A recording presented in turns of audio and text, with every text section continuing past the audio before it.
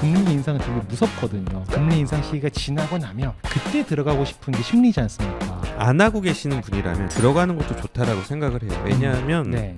견디고 듣다 보면 늘어나는 재테크 지식 시작합니다. 최근에 네. 미국이 금리 인상 스탠스가 네. 엄청나요. 네. 이 점도표 보면은 막 올해 안에 엄청 진짜 빅 스텝을 뛰어넘어서 자이언트 스텝을 할 거다라는 얘기가 있으니까. 네. 근데 주식 투자자 입장에서 금리 인상은 되게 무섭거든요. 그렇죠. 그게 반영된 것처럼 지금 주가들이 많이 힘을 못 쓰고 있고 네. 이런 시기에 투자를 접근하려고 하시는 분들은 네. 금리 인상 시기가 지나고 나면 네. 더 빠지고 나면 그때 들어가고 싶은 게 심리지 않습니까? 그렇죠. 그런 분들에게는 뭐라고 조언을 해주실 수 있을까요? 그러니까 이것도 예측의 영역이거든요. 네. 분명히 금리는 올해 지금 0.25에서 0.5지만 2% 이상 3%까지 3.5%까지 가야 된다고 요새 많은 분들이 글로벌 빅마우스 분들이 나와서 말씀을 해주시는데 분명히 금리는 계속 올라갈 겁니다. 거의 확실시 되고 있죠. 하지만 금리가 계속 올라간다고 하면 이제 주식이 계속 빠질 것이다 라고 예측을 하고 그러니 나는 최저점에 주식을 살 것이야 라고 하는 것보다는 네. 안 하고 계시는 분이라면 들어가는 것도 좋다라고 생각을 해요. 왜냐하면 네. 이제 시장은 다 그렇게 예측한 게 예측이 일어나는 것은 악재가 아닌 경우가 되게 많아요. 네. 하지만 만약에 5월, 6월 FOMC 회의에서 50bp 올리고 50bp 올리고 50bp 올리고 하다가 어느 날 25bp 올리고 그러면 오히려 그거는 호재로 받아들일 수도 있고요. 네. 때문에 시장이 약할 수 있는 요인은 많이 갖추고 있지만 그렇다고 해서 시장이 꼭 빠진다라는 건 아니고 항상 제가 21년간 증권에서 있어 보면 정말 이 해는 진짜 안 좋을 요인이 너무 많아 했을 때 아주 큰 상승이 나왔을 때가 상당히 많아요. 반대로 이 해는 너무 좋을 거라고 실적도 너무 좋고 이럴 때는 오히려 안 좋았던 경우가 많기 때문에 사실 참 이런 얘기 들어보면은 네. 과연 전문가들의 예측이 필요할까라는 생각까지 들 정도예요. 필요 없는 것 같아요. 진짜로. 그러니까 이게 정말 유튜브를 틀어보면 많은 분들이 좋은 네. 얘기를 많이 해주시는데 네. 그거를 맞추냐는 건 또 아니거든요. 네. 물론 맞추고 되게 근거 있는 이야기지만 세상에 일이 어떻게 될지를 정말 몰라요. 이게 네. 러시아가 전쟁을 일으키고 전쟁이 50일간 되고 있는데 잘 못해서 거의 지는 것 같고 이런 게 지금 금리도 사실 근 미국 역사상 30년 만에 최고로 빠르게 금리를 상승시키고 있거든요. 그렇죠. 하지만 미국 주식이 최근에 어떠냐면 지금 안 좋긴 안 좋지만 네. 또 오늘도 뭐 미국 선물이 많이 오르고 있고 때문에 이거는 예측을 하기보다는 그러니까 저희가 이거를 지금 이 방송을 보고 예측을 하는 것보다는 투자의 습관, 투자의 마인드, 믿음 이런 거라고 하면 언제 해도 틀리지 않는다. 안 하는 게 아니고 해야 된다라는 생각을 가지시면 좋을 것 같아요. 맞아요. 아까 얘기해 주셨던 게 되게 공감됐던 게 네. 이제 와서 돌이켜 보면 옛날에 집값이 2억일 때든 3억일 때든 산 사람이 이기는 거잖아요. 그렇죠. 그때 재다가 나름의 기준으로 봤을 땐 타이밍을 놓쳐서 매매를 못 하신 분들은 나중에 결국은 못 사게 된 거니까. 근데 주식도 지금 보면은 10,000원에 사냐, 뭐 11,000원에 사냐, 이게 굉장히 큰 폭처럼 느껴질 수 있는데 이게 시간이 많이 지나고 나면은 의미 없어질 수 있는 차이일 수 있다. 그렇죠. 그리고 그 차이를 우리가 예측해서 산다는 거는 불가능에 가깝다라고도 볼 수 있지 않나? 불가능하다라고 봐도 돼요. 이렇게 진짜로. 직설적으로 얘기하셔도 돼요? 네. 또 현업에 계시는 분인데. 현업에 계셔도 뭐 저희 이제 저랑 상담을 해도 이거는 사실 불가능해요. 네, 이거를 그러니까 주식을 하는데 내가 이걸 예측하겠다라고 하는 사람은 아직 조금 뭐 수준이 낮은 사람이라고 볼 수도 있어요. 그러니까 예측할 수 없다라고 가정하고 투자하는 게 더 맞을 수가 있어요. 그래서 그렇네. 예측할 수 없다는 가정을 하고 투자를 한다면 네. 딱 방법은 하나밖에 없네요. 네. 좋은 자산을 사서 기다리는 거. 길게. 네. 이게 뭐 짧게 뭐 3개월, 뭐 5개월 이 정도 수준이 아니고 네. 적어도 한 3년, 뭐 5년, 10년 네. 이렇게 가져가는 거. 그래서 뭐 그런 말이 있잖아요. 워런 버핏이 가장 위대한 투자자가 될 수 있었던 이유는 오래 사셔서 그렇다고 그러고. 연세가 많고 오래 일찍 사셨으니까. 시작해서 오래 사셔서 그런 거지.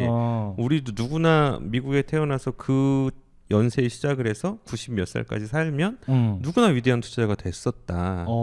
그런 이야기가 있잖아요. 그렇네요. 그리고 또 미국에서 태어났고 그렇죠. 미국 주식을 할 수밖에 없었고. 그렇죠. 네. 그럼 우리도 지금 만약에 30대 분들, 40대 분들, 또 저희 채널 보시는 분들은 보통 이제 50대 전후 분들이 많으시거든요. 네네네. 그러면 그분들이 가장 관심 있으신 건 바로 노후입니다. 맞습니다. 네, 노후가 있기 때문에 그러면 적어도 이제 한 10여 년 정도 남았다라고 보시면 얼추 맞을 것 같은데 네. 그럼 앞으로 네. 지금 이 시점으로 봤을 때 내가 좋은 자산을 매수해서 10년 정도 후에 네. 은퇴 자산으로 쓸모 있는 자산이 만들어질까? 네. 이게 되게 궁금하실 것 같은데 네. 이건 어떻게 보십니까? 만들어지죠. 만들어지나요? 네. 그러니까 옛날에 이런 이야기가 있었어요. 주식은 위험 자산으로 분류가 되잖아요. 뭐 그쵸. 채권이라든지 예적금에 비해서 상당히 변동성이 크니까. 네. 그래서 100 빼기 자신의 나이를 하는 숫자가 위험 자산에 투자하는 비중이다. 그러니까 그쵸. 10대는 90%고 만약에 70대시라고 하면 30%만 주식에 투자라는 이제 네, 이런 네. 이제 이런 거잖아요. 그런데 요즘은 그것도 아니다라는 얘기가 좀 많이 있죠. 제 생각도 그건 또 아닌 것 같아요. 세상이 되게 많이 바뀌었고 그렇죠. 지금 뭐 저희가 한 달 동안 얻는 정보가 옛날 유럽인들이 평생 얻은 정보보다 많다고 하잖아요. 네. 기술의 발전 속도도 그러하고 그래서 연세가 많으시다고 해서 점점 안정자산인 채권이나 예적금이나 고정금리 상품 1년에 몇 프로짜리로 해서는 이 기술의 발전 속도, 기술이 발전하면 사실 주가도 그만큼 올라가는 거거든요. 그렇죠. 그거를 여실히 미국 시장이 최근 10년간 보여줬죠. 뭐 우리가 알고 있는 몇 개 기업들이 매년 20%씩 상승을 했으니까요. 네. S&P 500, 뭐 나스닥 100도 다 그렇게 올랐기 때문에 저는 연세가 있으신 분들도 과감하게 투자를 하셔야지 이 속도를 따라갈 수 있다고 생각해요. 물론 겁이 날 수가 있어요. 지금 내 이 시드머니 중에 절반이 없어지면 이런 네. 걱정이 당연히 되시긴 맞아요, 하지만 맞아요. 그런 배분은 각자 알아서 하시긴 하지만 그 연세 100배기 연세를 해서 그 주식 비중을 되게 낮게 잡는 건 오히려 되게 소외가 될 가능성이 상당히 높아요. 뭔가 자산 시장의 그 성장하는 거에 수혜를 받지 못하는. 네네네. 결과적으로 이제 세상에 인플레이션이라 돈이 많아지잖아요. 돈이 네. 막 쏟아질 텐데 그릇을 얼마나 걸 갖고 있느냐에 따라서 네. 그 돈 떨어지는 걸 받는 게 결정될 텐데 네. 남들은 이만한 그릇 갖고 있어가지고 이만큼 받는데 나는 나이가 50대니까 요만한 그릇 갖고 있어야지 위험하니까 네. 이만큼밖에 안 당기면 네. 결국은 내가 손해가 될 수도 있는. 맞습니다. 이게 지금 세상이 얼마나 빨리 바뀌는지를 느끼시고 계시면 투자를 하는 게 위험한 게 아니고 투자를 안 하는 게 위험하다는 말씀을 맞아요. 계속 좀 생각을 해보실 필요가 있어요. 네. 요즘에 그리고 사실 인플레이션이 엄청나잖아요. 그냥 우리가 마트에 가거나 주유소만 네. 가도 네. 알 수 있죠. 그렇죠. 저희가 이제 코로나 이후에 미국이 돈 막 풀 때 이렇게 하면은 물가 많이 오른다, 인플레이션이 올 것이다라고 막 말들이 많았잖아요. 네. 근데 가장 먼저 반영된 게 자산 시장이었었고 네. 이제는 우리가 장바구니 물가에까지 네. 이게 다 곡물 가격부터 시작해서 네. 다 이렇게 올라가고 있다 보니까 네. 그러면 진짜 생각해 보면 만약에 늘 이렇게 물가가 오르진 않겠지만 물가는 한번 올라가면 안 내려오니까 오르다 멈추고 해서 결국은 올라갈 텐데 네. 내 돈은 그냥 계속 이렇게 쭉 플랫하게 간다. 네. 그럼 결과적으로는 실질 가치가 마이너스가 될 테니까 그렇죠. 투자를 하긴 해야 된다. 네. 근데 무서운 게 문제죠. 그렇죠. 이제 연령대가 몇 년 정도 은퇴를 예정을 앞두신 분이면 네. 적극적인 비율을 가져가도 괜찮을까라고 정답은 없겠지만 네. 어느 정도라고 생각을 해볼 수 있을까요? 은퇴가 몇 년 남은 한 5년이든 10년 무조건 시작을 하셔야 돼요. 그리고 저는 한국 주식과 미국 주식을 섞어서 계속 꾸준히 사주는 게 이 네. 성장성과 이 인플레에서 아까 말씀하신 그런 이유로 살아남을 수 있는 방법이라고 생각을 해요. 근데 그런 얘기를 들으면 네. 대부분 이제 하시는 말씀이 이럴 것 같아요. 아, 그거 다 알아. 네. 근데 만약에 내가 다 이렇게 투자했어. 네. 채권 비중보다 예적금 비중보다 위험 자산, 적극적인 자산, 주식이나 ETF를 많이 했어. 근데 네. 내가 은퇴할 쯤 됐을 때 네. 코로나 같은 것도 와서 네. 폭락하면 내 노후는 어떡하냐. 네. 이 걱정이 되는데. 어떤 주식을 시세 차익만 볼 수도 있지만은 배당을 우리가 또 미국 주식 같은 경우에는 많이 나오잖아요. 그렇죠. 그게 뭐 연에 한 번, 반기에 한 번 줄 수도 있고 분기에 한 번 줄 수 있고 매달 줄 수 있는 부분을 좀 잘 네.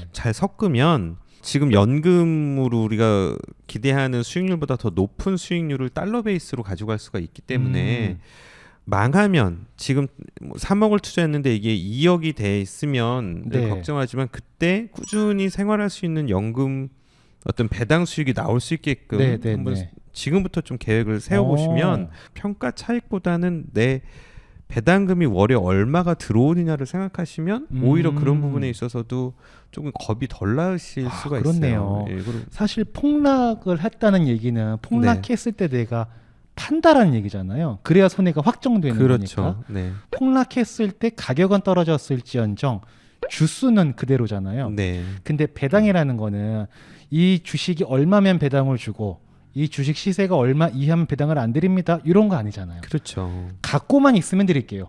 그렇죠. 이런 거니까 네. 내가 노후가 됐을 때 폭락한다 하더라도 네. 내 주식 수가 사라지는 게 아니니까 배당은 나올 거라는. 네. 그럼 그 배당으로 노후 생활을 또 가져갈 수 있고. 네. 우리가 폭락하면 어떡해? 그쵸. 이게 유일한 리스크라고 말씀하시는 건데 네. 폭락하면 어때? 배당 나오는데. 그렇죠. 이렇게 정리를 해봐도 좀 더 사지 뭐. 폭락하면 싸게. 좀 더 사지 뭐. 네. 그럼 하나만 더 질문 드리고 싶은 게 이 배당이라는 게 네, 네. 사실 그 회사가 네. 이익이 생기면 네. 주주들에게 돌려주는 거잖아요. 그렇죠. 우리는 그걸 받기 위해서 투자를 하는 거고. 그렇죠. 근데 그 회사가 잘 되다가 네. 돈을 많이 못 버는 거예요. 네, 네. 그러면 배당을 안 줄 수도 있지 않나요? 줄일 수도 있고 안 줄 네. 수도 있죠. 그 리스크는 어떻게 보세요? 그래서 저는 미국 주식과 한국 주식을 일정 정도 섞어야 된다고 계속 말씀드리는 게 한국 주식에서는 그런 일이 좀 자주 일어나지만 미국 주식은 배당을 무조건 늘려야 된다라는 그런 어떤 명예 네, 뭐 그런 네. 게 있는 회사들도 상당히 많고 네네. 배당을 줄였거나 배당을 어떻게 했다간 거의 CEO의 그러니까 퇴임할 수밖에 없는 네, 그런 네. 부분들이 상당히 많이 있어요. 그래서 배당을 매년 늘려서 40년 동안 배당 금액을 매년 늘려왔다. 네. 뭐 이런 기업들만 모아놓은 ETF도 있고 어. 코카콜라 같은 경우는 지금 뭐 40년 이상 계속 배당금을 늘리고 있잖아요. 네, 네. 그래서 배당금을 줄일 수는 있지만 미국은 기업을 경영해서 벌어둔 수익을 주주들과 향유하고 주주들과 나누는 게 네. 한국의 그것보다는 너무 몇 배로 되어 있기 때문에 배당을 줄일 수는 있지만 미국 주식을 많이 가지고 있으시면 그게 정말 치명적으로 줄어든다거나 그러는 경우는 10년에 진짜 어떤 빅쇼트가 오지 않는 이상은 네. 계속 늘려나가는 기업들이 많고 네. 작년 재작년 코로나 때에도 배당을 계속 늘린 기업들이 상당히 많이 있기 때문에 그런 부분은 조금만 더 공부하시고 조금만 더 전문가들이랑 이야기하시면 네. 충분히 포트폴리오를 그런 식으로 짤 수가 있어요. 그래서 지금이라도 미국 주식, 국내 주식을 함께 그런 부분을 좀 공부하시고 네. 연구하시는 계기가 되셨으면 좋겠다는 생각이 드네요. 좋습니다.